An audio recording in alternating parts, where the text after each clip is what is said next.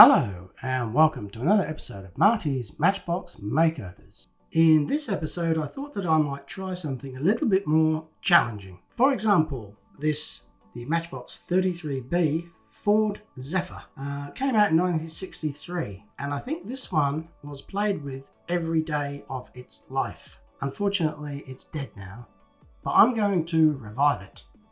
This is a very sick model.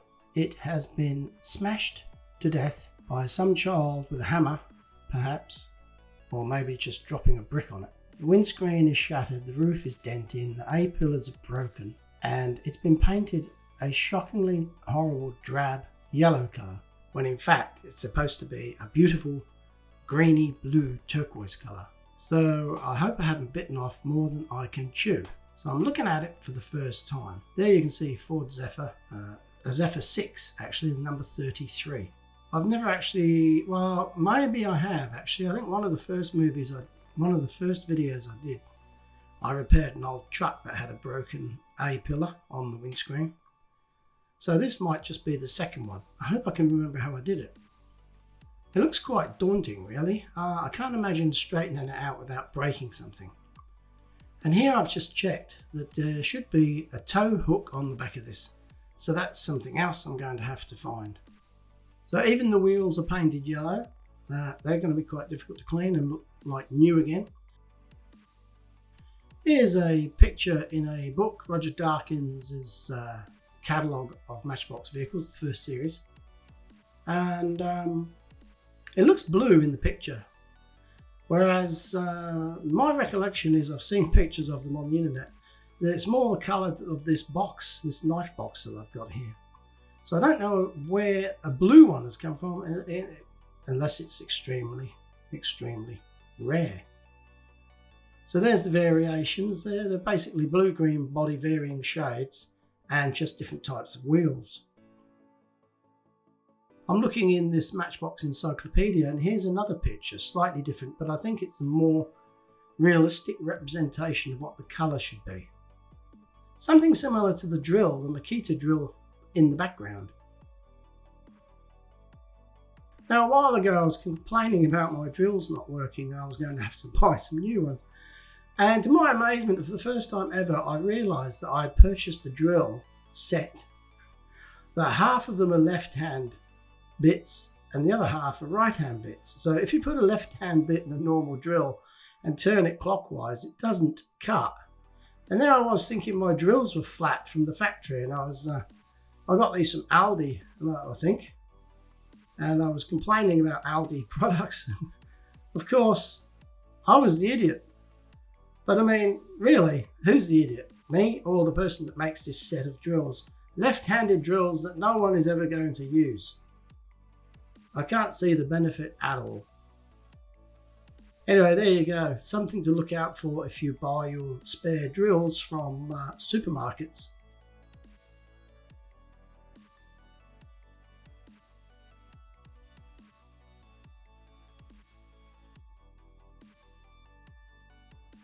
So one thing that has remained intact is the rivet on the base here.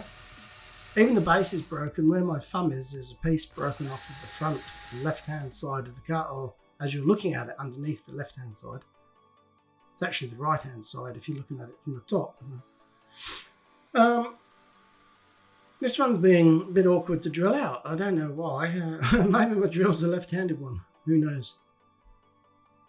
Now, I'd like to put this back together just by brute force, which would be something different. That way you wouldn't see that screw present at the back. If I could just save enough of the material to push it back on, that would be good. So there's a green suspension piece there, plastic suspension piece that's fallen out. And I'm looking at the inside, I can see some original colour. And yes, I was right, it is nearly that colour of that turquoise box. Maybe just a couple of shades darker and maybe a bit more blue in it. And where's the windscreen? It's actually glued down with all this yellow paint that someone's poured in there. It doesn't look like it was painted with a brush, it looks like it was painted with a stick. Struggling to get it out without breaking it, but why, I don't know.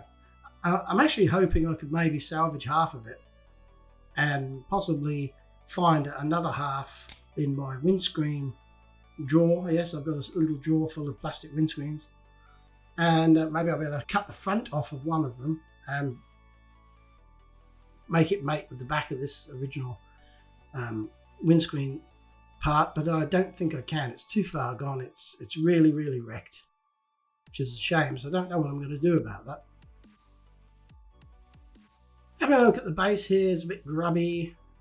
It's one of those weird ones where when it came out of the injection molding machine, the steering wheel would have been folded forwards, and then the person on the assembly line, before they popped it into the car, would have to bend the steering wheel back and seat it in that groove so it was set in the right position.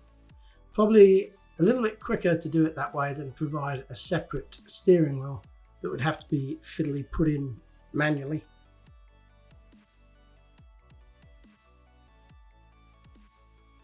You can see the wheels, the axles are in slotted holes rather than circular holes. That's because this model has the suspension piece in it, as I mentioned before. They always get a little bit warped and lose their bounce. You can just warm them up in some warm near boiling water, and lay them down, they flatten out.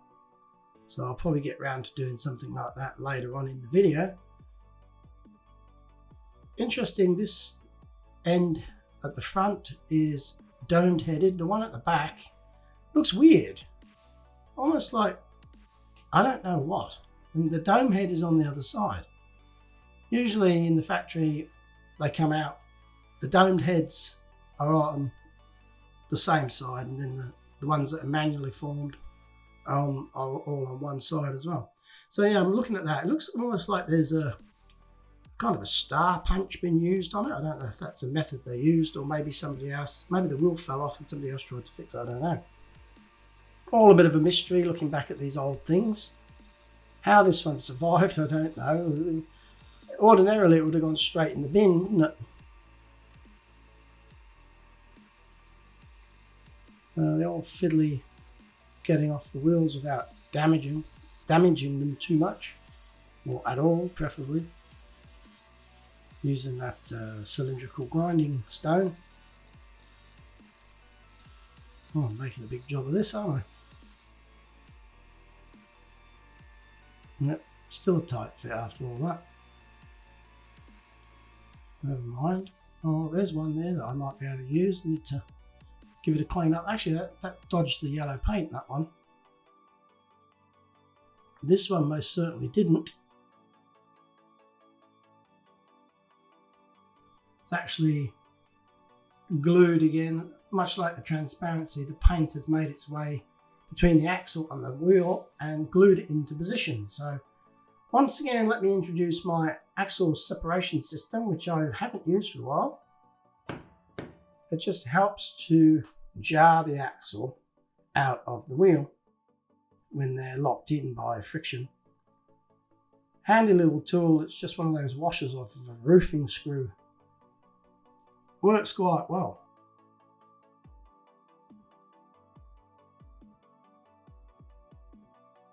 What am I doing here? I'm looking in the book to try and find out what colour it's going to be. And I kind of remembered. I've got a colour guide somewhere. Here it is. I haven't used this since before I moved to my new house. So, and I think we've been here nearly over 4 years now, so I haven't used this book. I'd quite forgotten about it. It's just to gives you an idea of colours, and you can kind of pick one, and rather than looking at a tiny little scrap of flake of paint, you've got a nice sort of bold square or something for your mind to work with. So I'm looking at the blues, I'm looking at the blue greens, the greys, all that, blue greys, and again, I'm trying to match the original colour. I'm looking inside that body where the yellow paint didn't get to. Still that little bit of greeny blue in there. This is the last time I used it, probably, for the Studebaker. I've got that in the cupboard somewhere. I forgot about that. Nah, it's more green than blue. You can see that. I was thinking it's that one, but and then I have another look and compare it with these different bluey greens, and yes, that one looks even closer.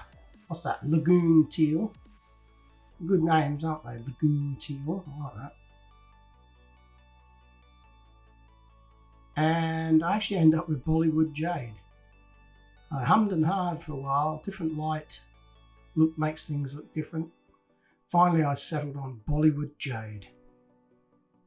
Does anyone... Where's Bollywood? Is that in India? I think it might be. I don't even know what Bollywood means. Does anyone know what Bollywood means? I've heard of the word. Not too sure. Anyway, gonna mix it up now. I've got some white and some green and some light blue. The green's quite dark, so I think I'll start off with the white and then I add little drops of the darker colours. Green X5, so there's several different greens you can get from Tamiya range, but today I'm using this one, X5.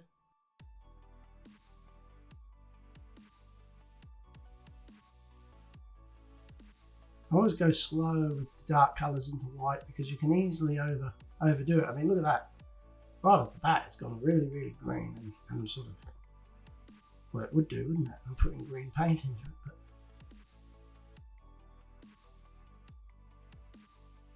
I'm trying to get the right shade. I've got to add a bit of blue to change the colour.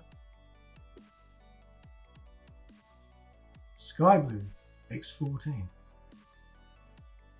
Or there's flat blue, XF8. Which one do I use? I can't remember. This video, by the way, has taken quite a long time for me to make. This model was horrendous. I've never had so much bad luck with the model as I have had with this one.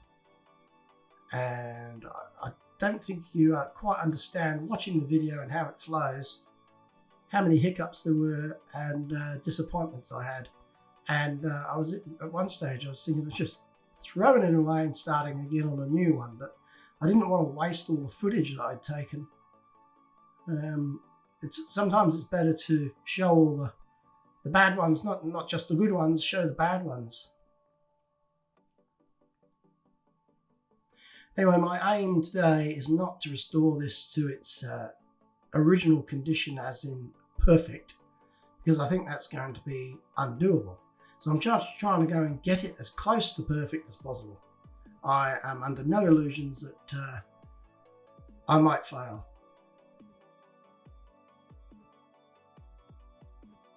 I'm just doing some comparisons there, underneath, inside the body, shell of the body. Figured it needs just another couple of bits of blue in there just to darken it up a little bit more.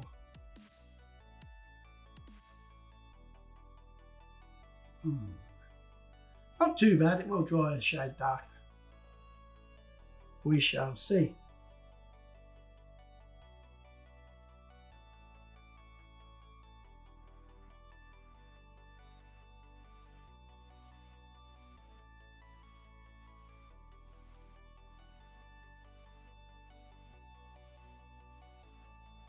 Just gone with a little bit more of the dark green.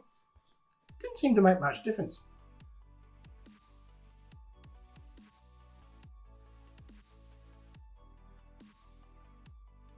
Anyways, I got there in the end. I'm running out of paint and time.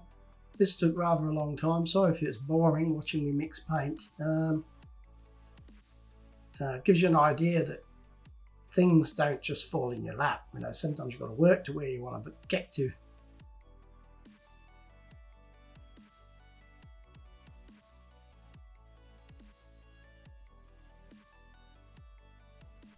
I used to tip the paint stripper in the bowl, saturate the model. I suppose I'm using it a little bit more sparingly these days. I've probably wasted more than I've actually used over the years.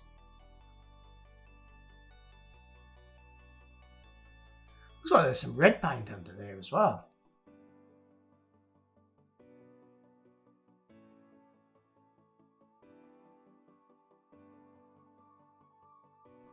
A lot of fiddly bits on this where the paint clings to. The grille especially was tricky around the headlights. Difficult to get that out. There's a lot of fine detail there that like the paint stripper won't sort of get into the depths of.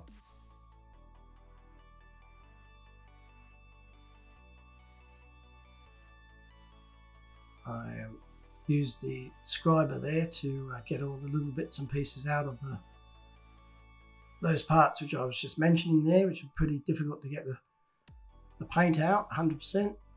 I'm looking at this a bit like CSI here. I'm thinking, how did this happen? What happened? What's the story? Who murdered this vehicle and what was the weapon used?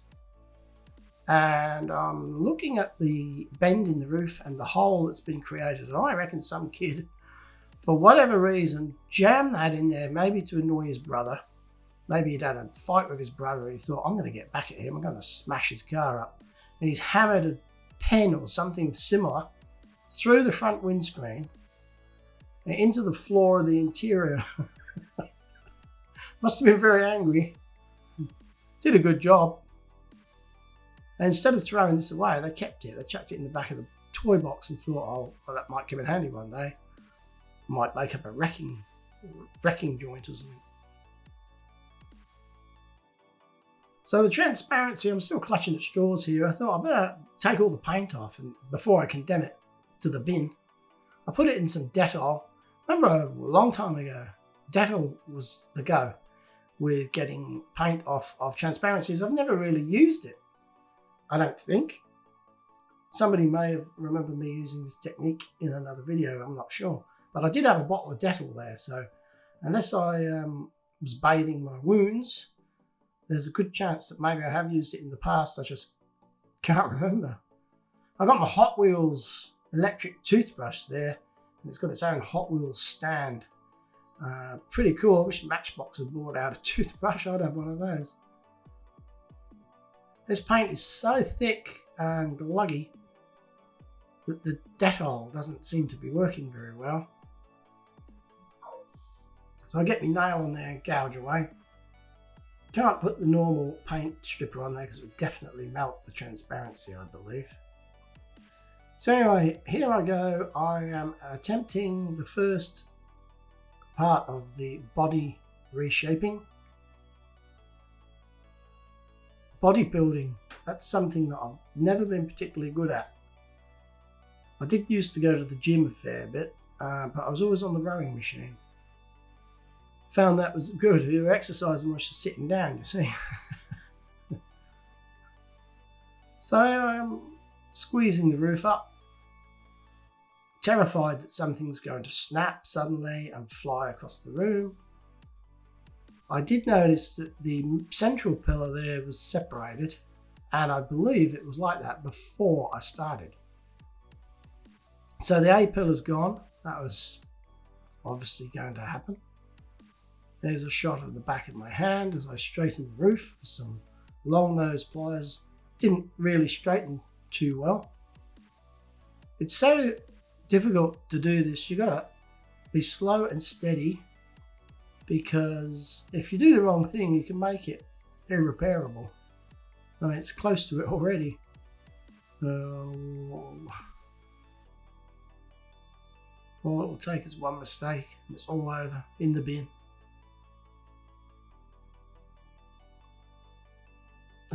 I'd like to say that looks better, but it doesn't really, does it?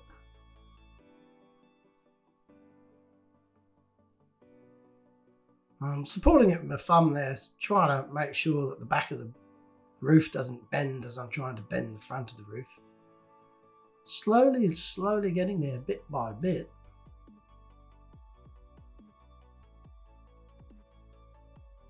Should have used some long nose pliers with smooth jaws. I don't know if they make them, because they did kind of leave some indentations in the metal. I got this old bolt. Can't remember what I used it for, but it fits inside the car. I'm going to use it as a mini anvil to try and I'm not only on my, what was I doing? What am I doing? Panel beating. That's what I'm doing. Panel beating.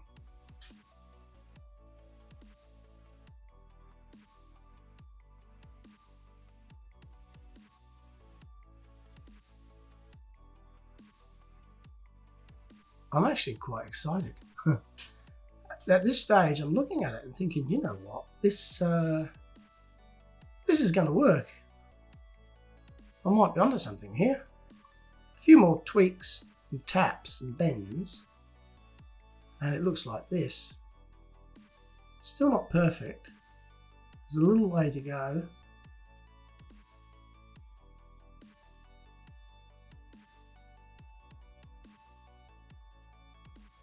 Just filing off a few little marks that were left behind from the pliers.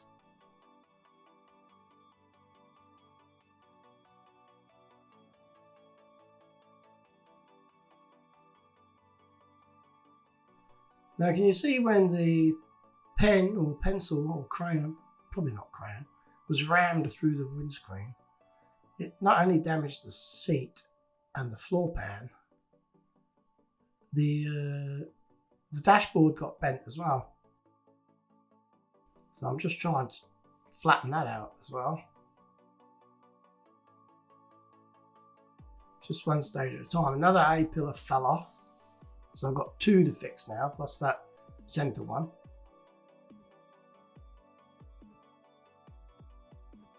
I've been on it half a day now. I'm thinking, is it all worth it? But I haven't got one of these. That's the thing. I don't have one of these in my collection. Remember, I want one of each of the original 1 to 75s. I'll get there in the end. This one may not be in the front of the display stand. It might probably be tucked away at the back, I'm guessing. Anyway, we'll see how it turns out in the end. So I'm going to have an attempt soldering a leg off a cotter pin. Here, it's not solder, it's muggy weld. It's a low temperature. I think it melts at 350 degrees C. And always drops more than you want. Well, it has done for me over the years, because I don't know how to do it. Look at that. That didn't work too well, did it? Fairly disappointed. Was tempted to delete that footage, but thought I'd keep it. And there it goes again. That's the second attempt. I keep going with it. There's a big lump there of muggy weld now I've got to get rid of. The thing with the muggy weld is apparently I was struggling here. I looked it up online and they got some videos on their website, and I was reading into it, and the flux is an indicator. When it turns brown, that means that it's at 350 degrees or whatever the temperature is, and you can then apply the rod and it should melt. And that's a good temperature, because this pot metal doesn't melt at that temperature, and that's why you can get away with it if you're quick and you observe the rules of when the what's it called, the flux. When the flux goes dark brown, that's the time to hit it with the muggy weld. So I'm still practicing with it. I should really do more practice, just have a day off and just play with it a bit more, but I really only used it maybe less than a dozen times, I'm guessing.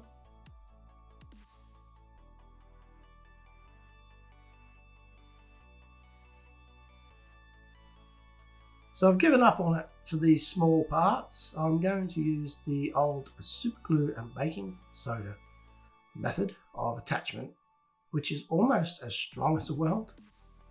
And it's great for if you're doing this hobby at home, because you've probably got all the stuff in the house.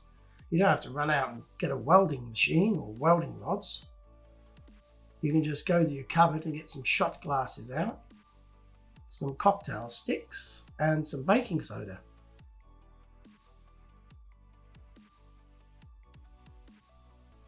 I find the paper tape helps, the masking tape, if you use it to support the part whilst you're positioning it to put the product on.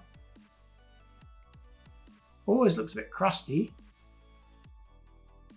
and sometimes it looks good and it's bad, and sometimes it looks bad and it's good. So you can never tell. You know, you might have a few failures.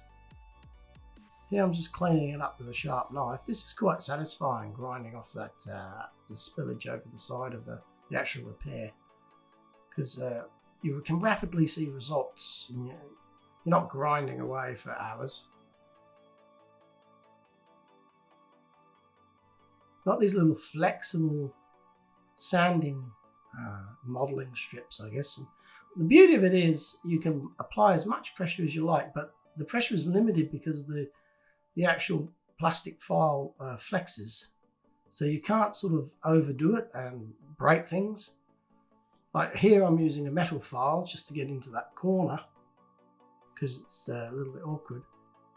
But you can do some damage. You can push too hard and break the repair, but you can't with those little flexible things. So that's one good thing. Put a bit of body filler on the bonnet as well, because there was a couple of gouges on that. I tried repairing the front of the base with Muggy Weld.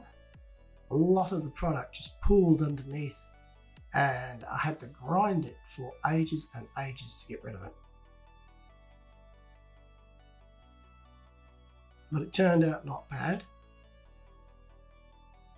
So this is exciting. Now I've straightened the roof, straightened the dash, put the new replacement roof supports in and fixed the other broken one.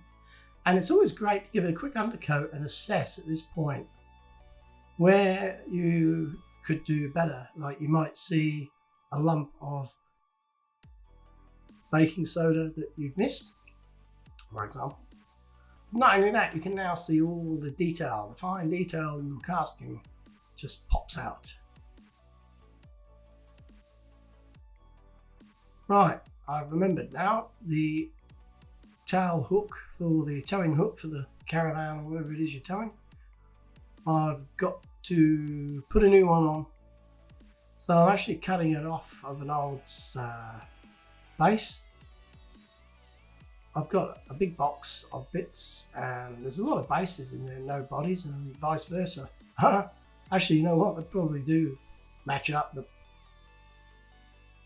occasionally you've got to sort of break something to make something.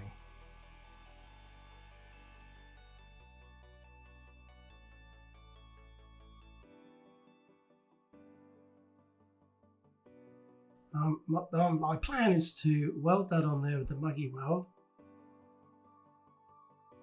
It's a little bit easier if it's two pieces like that just lie flat together. And I'm kind of confident that I can do it.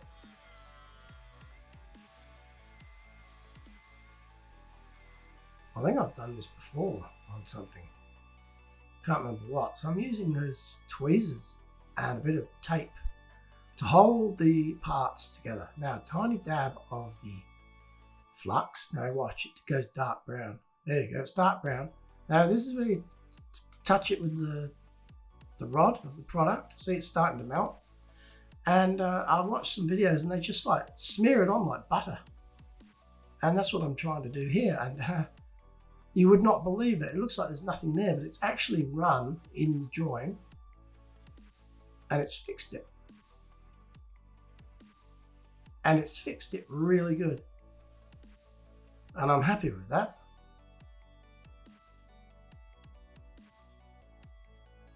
Just got some rubbing down, sanding, filing and grinding. And things gonna look $1 million. Oops, I dropped it. And you know what? Look at that. It's self-cleaning. No grinding on the back. It came up perfect. Cool, I dropped it and the came off. And it's as solid as anything. The only disappointing thing is it's slightly off center.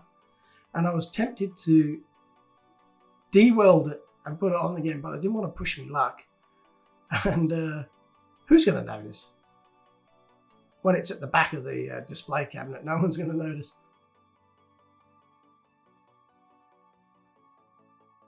Like I said before, there was a lot of effort goes into this to get away all that extra metal. And this whole process of repairing the base took me hours.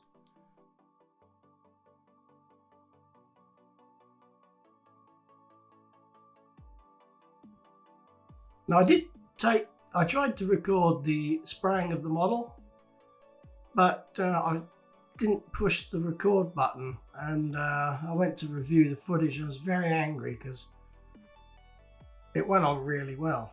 Anyway, that's enough for one night. it's time for bed, and I shall see you in the morning.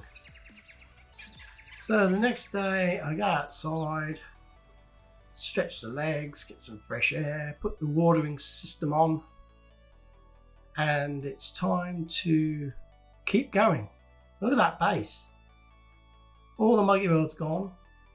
It's all fixed. I modified the front somewhat because the repair didn't seem to work, so I've actually welded a small metal plate on the front to fill in the gaps that were missing. Remember the missing lump off the side? Well, I replaced them both with a little sort of thin sliver of metal. Been cleaning the wheels. That one there was no good, so I replaced it with a replacement. Looking at the part of the paint job, I'm wrapped. I'm thinking I've forgotten what it looked like when I started at this stage. And it's great to look back at the footage and think, no way. What was I thinking? One step at a time is all it takes. Time, if you got time, I've got a bit of time off work at the moment. So I thought I would indulge myself and do one of the harder ones.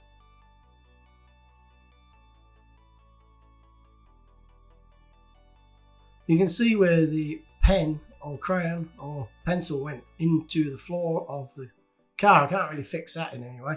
I could fill it, but then I'd have to mix up paint and paint it, and it wouldn't look like plastic. And it's in the bottom of the car, and I don't think anyone will notice, to tell you the truth.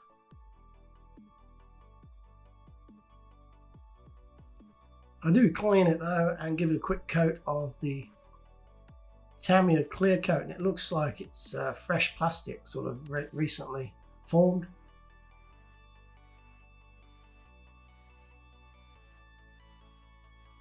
I straighten that up. I have to replace one of the axles. Remember the axle that was jammed in the wheel? It's very heavily corroded, so I thought I'd replace it. So I'm looking through all these little bits of axle that I've got leftovers, and that might just work. It's just peeping through. Probably enough there to flatten over. I'm cleaning up these axles, the second-hand ones, out of my second-hand axle box. I've got this little motor I bought online. I attached a drill chuck to it, and it's actually connected to an old laptop power supply, 12 volts. Just plug it in and away you go. And I got these like emery strips, which are just fantastic for this job.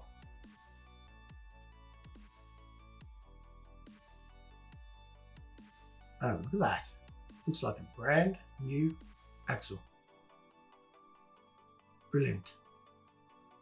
Very mindful of leaving fingerprints on the models. I do it all the time. So I thought I might try some plastic gloves, rubber gloves, and these are surgical gloves, and they are incredibly difficult to put on. I think maybe the next size up would probably be better for me. And I had to pull the end off of my little finger, not my finger, but off the gloves, so that I could use my phone to record. Now I went online to order a new transparency, and it's going to take 2 weeks to get here. So I've improvised for the time being to give you an idea of what it's going to look like by cutting out some clear plastic. And so I was laughing at me trying to pick that green thing up. I've improvised with some plastic that I've cut up, and I've positioned it in the rear and front windows, just temporarily until I get the original part. So here you go, look at this. This is what we started with today. What a mess. Should have been thrown in the bin, but no, look at it now. Glad I didn't throw it away. It's a beautiful little model. It looks great now, complete with the rear tow hook, chrome highlights on the axle ends as per normal, and the front grille and headlights and bumper painted with silver ink and the Molotov chrome for the headlights to make them pop. No rear lights as the original model didn't have any details on the back. This is how it looked from the factory. And I must say that it might not be at the back of my display cabinet after all. It might not be at the front, but it might be somewhere in between. My Uncle Ron's really pleased now that his Zephyr's back on the road. He hasn't been able to go out ever since the accident. He's heading off to the Three Feathers Inn in Basingstoke. Well, I think he enjoyed himself catching up with old pals. Now he's on his way home. Hope he hasn't had too much to drink tonight because it is a Friday and the cops are out in force. Uh-oh, looks like they've pulled him over for something. That'll give the locals something to talk about. Let me know what you think. I hope you enjoyed the episode. If you did, please like and subscribe. And remember, recommend to your friends. So until next time, this is Marty saying thanks for watching and goodbye.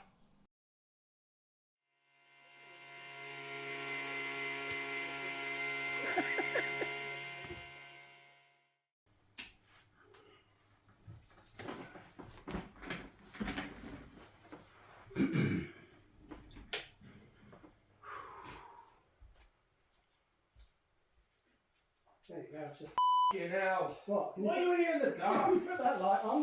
What? Why are you in here in the dark? It's filming that.